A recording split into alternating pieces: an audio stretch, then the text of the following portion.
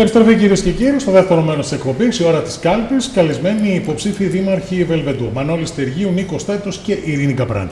Κύριε, τότε θα ξεκινήσω από εσάς στο δεύτερο μέρος όσον αφορά το φυσικό αέριο. Πριν από μέρες είδαμε μια σύσκεψη που πραγματοποιήθηκε στην Αθήνα των τριών δημάρχων Βελβεντού, Σερβίων και Βοήου, με παρουσία της κυρίας Σδούκου. Παρόν ήταν και ο βουλευτής της Νέας Δημοκρατίας, ο κύριος Ιωάννης Γιάτσος. Ο κύριος Στεργίου σας αφήνει εχμές ότι χλευάζατε, ότι δεν θέλετε να έρθει το φυσικό αέριο στο Βελβεντό. Πώς απαντάτε και γιατί υπάρχει αυτή η διαφωνία του Νίκου του Τέτου να έρθει το φυσικό αέριο? Τι προτείνετε? Ευχαριστώ. Για λύση ανάγκης. Ευχαριστώ για την ερώτηση. Ναι, λύση ανάγκης για τους κατοίκους του Βελβεντού. Πραγματικά. Ναι. Ευχαριστώ για την ερώτηση. Υπάρχει αυτή τη στιγμή ο Δήμος Δεσκάτης, η ίδια εταιρεία έχει κάνει την ανάλογη επένδυση που θέλουμε να κάνουμε εμείς στο Βελβεντό. Δεν θα μιλήσω για τους άλλους Δήμους Σερβίων και Βοήου, γιατί μιλάμε για διαφορετικά μεγέθη σε πληθυσμό και χωροταξικό.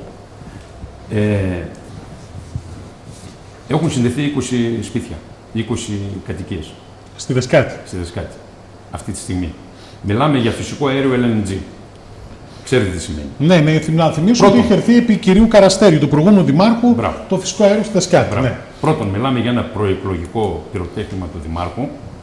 Ένα έργο το οποίο θα βάλει σε πολλά προβλήματα το Δήμο Βελβεντού.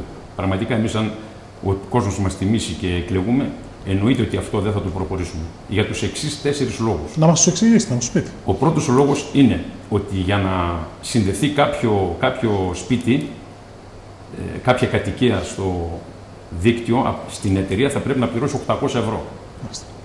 Νούμερο 1. Αν τα καλύψει αυτά τα έξοδα, παράδειγμα, με παρέμβαση του Υπουργείου. Αυτή τη στιγμή, κύριε Βακρασάκη. Γιατί να θυμίσω στην Καστορία κάτι τέτοιο γίνεται. Δεν έχουμε κάτι χειροπιαστό. Έτσι, μιλάμε θεωρητικά. Εμείς μιλάμε επί του πρακτέως. 800 ευρώ το κόστος είναι αυτή τη στιγμή που ζητάει η εταιρεία. Δεύτερον, ένας οικισμός 100 τετραγωνικά, 120 τετραγωνικά, μόνο ο εξοπλισμός για να συνδεθεί στο φυσικό αέριο κάνει 1.200 με 1.500 συν τα τεχνικά. Έτσι, υπολογίστε πόσες κατοικίες και πόσο θα είναι το κόστος. Τρίτον, θα χρειαστεί να σκάψουμε όλο το χωριό. Με ό,τι αυτό, όταν μιλάμε για φυσικό αέριο, την επικινδυνότητα που έχει. Ας το αναρωτηθεί ο κόσμος. Και αν το θέλει, και να σας πω και κάτι. Εγώ προκαλώ τον Δήμαρχο, αν αύριο είναι αυτός δημοτική αρχή, αν είμαστε εμείς, θα κάνουμε ένα δημοψήφισμα. Αν το θέλει, ένα άτυπο δημοψήφισμα, να δούμε, θέλει ο κόσμος το φυσικό αέριο. Να δείτε ότι κατά 90% δεν θα το θέλει. Καλά, όποιος θέλει μπορεί να συνδεθεί. Δεν είναι υποχρέωση. Ακριβώς. Άμα δεν θέλει κάποιος. Ναι, θα σκάψουμε όλο το χωριό για να δούμε αν κάποιος θέλει να συνδεθεί. Και το τρίτον και το πιο βασικό, αυτή τη στιγμή μιλάμε για το φυσικό αέριο, το οποίο φυσικό αέριο, οι τιμές καθορίζονται από το χρηματιστήριο ενέργειας. Το οποίο σήμερα είναι, συζητούσαμε πριν 5 χρόνια για το φυσικό αέριο, πριν γίνει ο πόλεμος, και όταν η Ρωσία προμήθευε φυσικό αέριο στην Ελλάδα. Εντάξει, να θυμίσουμε τότε ήταν και πιο φθηνό το φυσικό αέριο. Ακριβώς. Μιλάμε σήμερα ότι αυτό το καύσιμο είναι απαγορευτικό. Τι προτείνουμε εμείς? Ναι. Καταρχήν, να πάμε στην πρόταση σας. Βεβαίως. Εμείς έχουμε προτείνει και στο Δημοτικό Συμβούλιο και στο προηγούμενο debate που κάναμε ραδιοφωνικά στο Κόζα. Έτσι, δεν πειράζει που λέμε και τα ονόματα. Όχι, στο Κοζάντι.gr. Δεν έχουμε πρόβλημα. Για να μπορεί να τα ακούσει ο κόσμος. Δεν υπάρχει θέμα. Λοιπόν, αυτή τη στιγμή υπάρχουν δύο προτάσεις. Η μία είναι να δούμε τι θα γίνει με το υδρογόνο. Δεν μπορεί να γίνεται μία. Για μας το καύσιμο του μέλλοντος είναι το υδρογόνο. Βέβαια, αυτό θα πρέπει να γίνει πρακτικά και όταν γίνει. Εντάξει, έχει ένα διάστημα μεγάλο.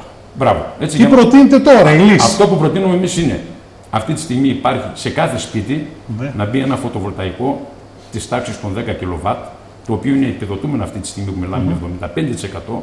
Θα πρέπει να διεκδικήσει ο Δήμος περισσότερο ποσοστό και λόγος ΔΑ, έτσι, για να ξέρουμε από πού θα βρούμε τα λεφτά, να αγγίξει το ποσοστό 85 με 90%, ώστε το κόστος να είναι γύρω στα 1.000 ευρώ για κάθε σπίτι. Το οποίο αυτό καθιστά κάθε κατοικία αυτόνομη ΕΣΑΗ. Είναι εφικτό αυτό που λέτε? Βεβαίως. Γιατί εδώ η πρόταση είναι πιο ευέλικτη, βλέπω. Το μόνο πράγμα αυτή τη στιγμή που υπάρχει από τον ΑΔΜΕ ή από τη ΔΕΔΕ, δεν ξέρω ποιος έχει τον υποσταθμό. Αλλά μπορεί να σηκώσει. Ακριβώς. Ναι, αυτό θα πρέπει να το λύσουμε σαν Δήμος και με τη ΔΕΗ και με την κυβέρνηση και με την περιφέρεια. Σε συνεργασία. Αλλά αυτή τη στιγμή είναι η πιο εφικτή, η πιο οικονομική και η πιο ασφαλή λύση. Ωραία. Κύριε Καπράνη, φυσικό αέριο, φωτοβολταϊκό πετρέλαιο, ποια είναι η δική σας άποψη? Το θέμα της ενέργειας είναι ένα πολύ μεγάλο κομμάτι όσον αφορά τη θέρμανση και όσον αφορά τη Δυτική Μακεδονία, γιατί έχουμε τρομερό πρόβλημα. Στο Βελβεντό δεν ξέρω εδώ πέρα με την τηλεθέρμανση, αλλά εμάς μας κοστίζει 2.000 και 3.000 το χρόνο όλο αυτό. Έχουμε χειμώνα, δεν ένα σοβαρό ποσό. Κρήτη. Είδατε ότι σταδιακά εξελισσόμαστε. Μπαίνουμε στην ακρίβεια, μπαίνουμε σε χρόνους δύσκολους και πάμε από το πετρέλαιο και πάμε στο ξύλο. Τώρα μπαίνουμε στο φυσικό αέριο. Μπαίνοντας στο φυσικό αέριο αλλάζει όλη η παγκόσμια αγορά. Και γίνεται ένας τρελός χαμός με τις τιμές. Μπαίνουμε, μας έβαλαν στο χρηματιστήριο ενέργειας. Από εκεί και πέρα τίποτα εμάς δεν μας σιγουρεύει απέναντι στο ποια πηγή ενέργειας θα πρέπει να χρησιμοποιήσουμε από εδώ και πέρα. Το μόνο σίγουρο για μένα είναι το μόνο σίγουρο. Τέλος πάντων, αυτό που θα πρέπει για να έχουμε όλοι και να μπορούμε να ανταποκριθούμε και να μην έχουμε και μολυσμένο περιβάλλον και να μην έχουμε, γιατί όντως υπάρχει μια κατάσταση αφόρητη, έστω και από τους ξυλολέδητες, έστω και από όλα αυτά, είναι κάποιες ώρες πρωινές και απογευματινές που δεν βλέπουμε τίποτα στο Βελβεντό.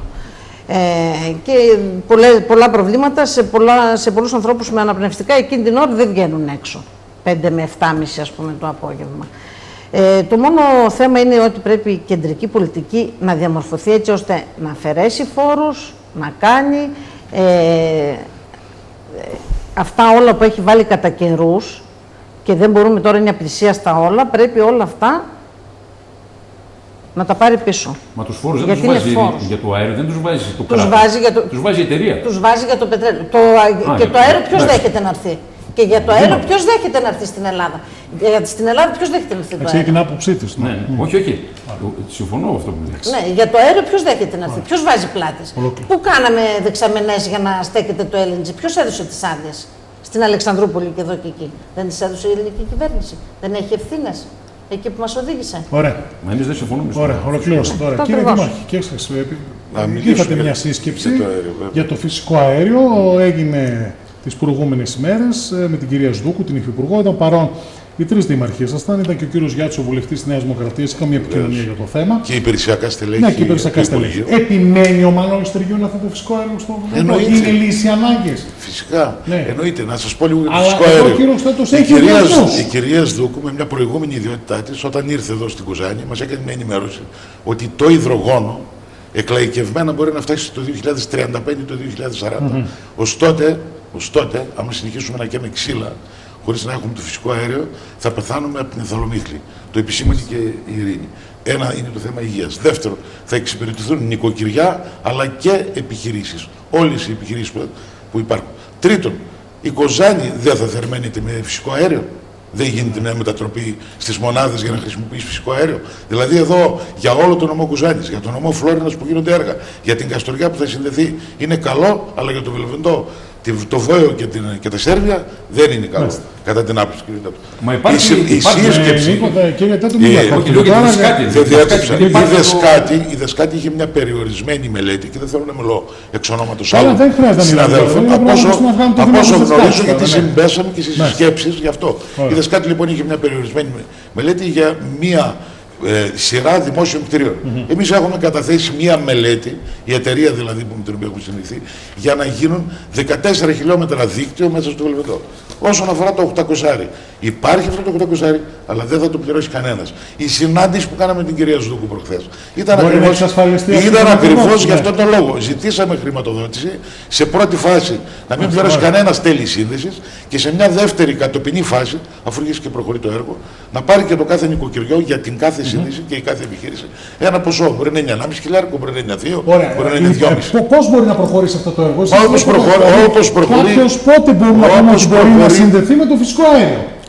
Η εταιρεία έχει πάρει και την άδεια διανομής. Εμείς από τη μεριά του Δήμου και οι άλλοι δήμοι έχουν εξασφαλίσει τα οικόπεδα που θα μπουν οι αποθήκες, αν θέλετε, εισαγωγικά του υγροποιημένου αυτού φυσικού αερίου. Και από εκεί και μετά, βεβαίως θα σκαφτεί το χωριό. Υπάρχει περίπτωση να γίνει ένα έργο. Εδώ θα χρειάζεται να το σκάψουμε για το νερό, για την ίδρυυση και την αποχέτευση και για τα όμπρια. Δεν θα το σκάψουμε για το φυσικό αέριο. Φαντάζομαι ότι θα γίνει ένας συνδυασμός. Τώρα, όσον αφορά τις τιμές, νομίζω ότι ζήσαμε μια κρίση, η οποία ήταν και τεχνητή, αν θέλετε, από τους πολύ μεγάλους που κυβερνούν την ανθρωπότητα. Αυτή η κρίση εγώ νομίζω ότι θα υποχωρήσει σε κάποια στιγμή και οι τιμές θα είναι φυσιολογικές. Σε κάθε περίπτωση όμως είναι πιο φυσιολογική η τιμή του φυσικού αερίου από το πετρέλαιο. Τι σας λένε που βεβαίως, με έχω ρωτήσει άπειρες φορές. Ο κόσμος πότε θα έρθει. Το θεωρούν και ότι είναι και ένα έργο πνοής. Η πρόταση που λέει ο Νίκος Ουτέτος για τα φωτοβολταϊκά, να σας πω ότι έχουμε τα παραδείγματα με αντλία θερμότητος που έβαλαν αρκετοί, που δεν είναι ευχαριστημένοι όσον αφορά το επίπεδο θέρμανσης. Όχι όλοι, σας λέω έτσι μερικά παραδείγματα που έφτασαν σε μένα. Το δεύτερο είναι ότι αυτό το πρόγραμμα είναι ένα κρατικό, αν ξέρετε, αν το θυμάστε, πρόγραμμα που γίνεται μέσα από επιδοτήσεις, μέσα από το εξοικονομώ. Εδώ έχει μπει ο περισσότερος κόσμος ή τουλάχιστον προσανατολίζεται να μπει για να πάρει αυτή την επιδότηση. Επομένως, το φυσικό αέριο είναι μια αναγκαιότητα και δεν μπορώ να καταλάβω, για να πω αυτό που είπα στην αρχή, ότι δεν θα λάβουμε το θέμα της υγείας μέχρι το 2035 ή το 2040, αν δεν ήσουν να το βάλω το υδρογόνο και στο βελβεντό. Λοιπόν, θα πρέπει να ζούμε με την κάπνα και με την αθαλομύχλη.